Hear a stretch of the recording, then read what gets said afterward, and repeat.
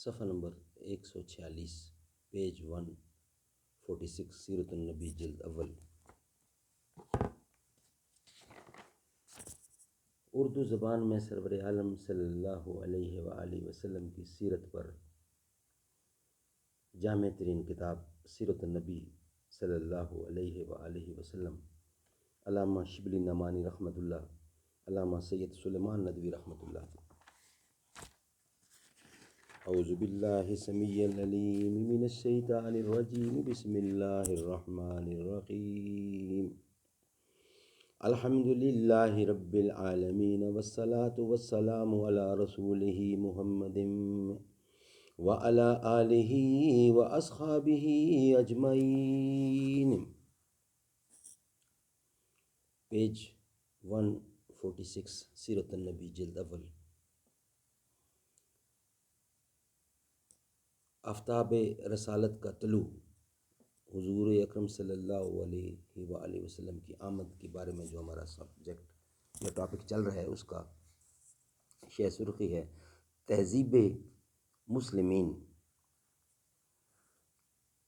رسوخ عزم، قوت ارادہ، شدت عمل انسان کے اصلی جوہر ہیں اور داد کے قابل ہیں، لیکن انہی اوصاف کا رخ جب بدلتا ہے تو سخت دلی سے بے رحمی، درندہ طبعی اور صفاکی کا مہیب قالب اختیار کر لیتے ہیں۔ اسلام جب آہستہ آہستہ پھیلنا شروع ہوا اور رسول اللہ صلی اللہ علیہ وآلہ وسلم اور اکابر صحابہ کو ان کے قبیلہ نے اپنے حصار حفاظت میں لے لیا تو قریش کا طیش و غضب ہر سمت سے سمٹ کر ان غریبوں پر ٹوٹا جن کا کوئی یار و مددگار نہ تھا۔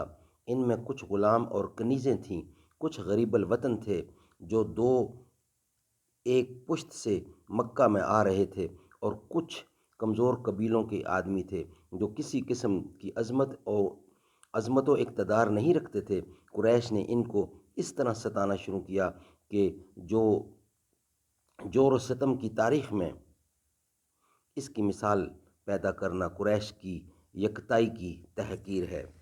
یہ آسان تھا کہ مسلمانوں کے خس و خاشاک سے سرزمین عرب دفعتاً پاک کر دی جاتی، لیکن قریش کا نشہ انتقام اس سے نہیں اتر سکتا تھا۔ مسلمان اگر اپنے مذہب پر قائم رہ کر پیوند خاک کر دیے جاتے تو اس میں جس قدر قریش کی تعریف نکلتی، اس سے زیادہ ان بے کسوں کا صبر و استقلال داد طلب ہوتا۔ قریش کی شان اس وقت قائم رہ سکتی تھی جب یہ لوگ جہادہ اسلام سے پھر کر قریش کے مذہب میں آ جاتے، یا شاید ان کو مسلمانوں کی سخت جانی کا امتحان لینا اور اس کی داد دینا منظور تھا۔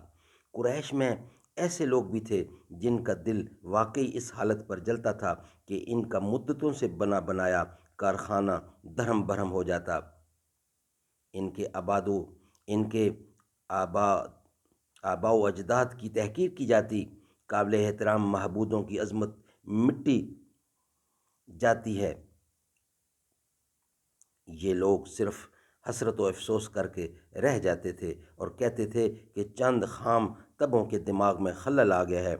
عتبہ، عاص بن وائل وغیرہ اسی قسم کے لوگ تھے، لیکن ابو جہل، امیہ بن خلف وغیرہ کا معیار اس سے زیادہ بلند تھا۔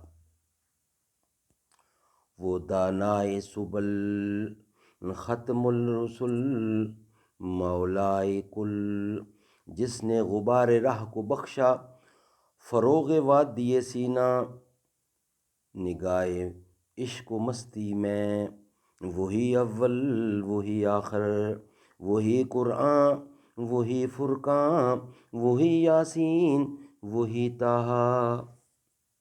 صدق اللہ العلی العظیم۔